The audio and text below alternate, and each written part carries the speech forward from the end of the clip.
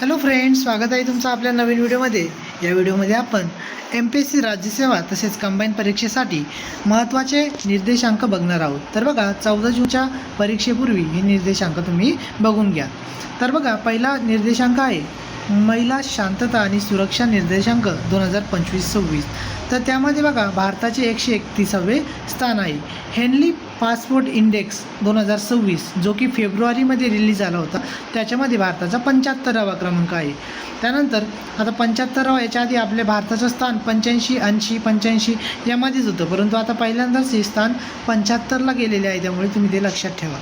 त्यानंतर बघा, भ्रष्टाचार धारणा निर्देशांक CPI 2025मध्ये भारताचा 19वा क्रमांक आहे। त्यानंतर रिस्पॉन्सिबल नेशन इंडेक्स 2026 यामध्ये 16वा क्रमांक आहे। तर आशिया उत्पादन निर्देशांक 2026मध्ये 6वा क्रमांक आहे। आशिया उत्पादन निर्देशांक हा लक्षात ठेवा, कारण की यावेळेस 2026साठी भारत हा एशिया उत्पादन जे कमिशन आहे त्याचा अध्यक्षपणे बसलेला आहे। त्यानंतर बघा, ग्लोबल स्टार्टअप पॉवर इंडेक्स 2026 त्यामध्ये 32व्या स्थानावर, नेटवर्क रेडिनेस इंडेक्समध्ये 45व्या स्थानावर, जागतिक लिंगभेद अहवाल 2025मध्ये 131व्या स्थानावर आहे। त्यानंतर वर्ल्ड हॅपीनेस इंडेक्स किंवा जागतिक आनंद अहवाल याच्यामध्ये 118व्या नंबरवर आहे।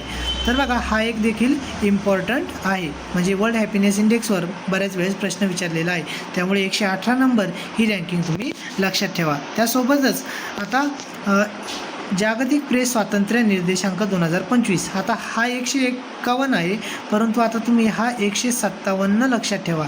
ज्यावेळेस आता जो लेटेस्ट अहवाल प्रसिद्ध झालेला आहे त्याच्यामध्ये भारत हा 157व्या नंबरला होता, आणि नॉर्वे हा 1 नंबर असून ज्यावेळेस पंतप्रधान नरेंद्र मोदी नॉर्वेला गेले होते, त्या ठिकाणी नॉर्वेच्या पत्रकारांनी प्रश्न विचारले असता नरेंद्र मोदींनी त्यांना उत्तर दिलं नाही, त्यामुळेच थोडीशी कॉन्ट्रोवर्सी झाली होती, त्यामुळे याच्यावर प्रश्न विचारला जाऊ शकतो। जागतिक प्रेस स्वातंत्र्य निर्देशांक 2025 याच्यामध्ये भारताची रँकिंग 157 आहे, आणि 1 नंबरला नॉर्वे हा देश आहे। त्यानंतर जागतिक नवोन्मेष निर्देशांक म्हणजेच इनोव्हेशन इंडेक्स, वर्ल्ड इनोव्हेशन इंडेक्समध्ये भारत 38व्या नंबरवर आहे।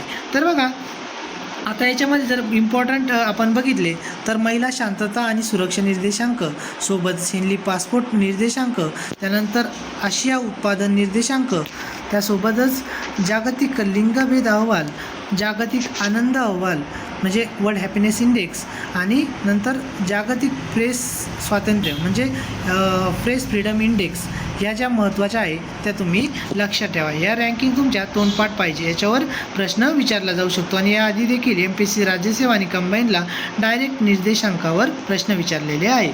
व्हिडिओ तुम्हाला आवडला तर व्हिडिओला लाईक करा आणि आपल्या चॅनलला सबस्क्राईब करा।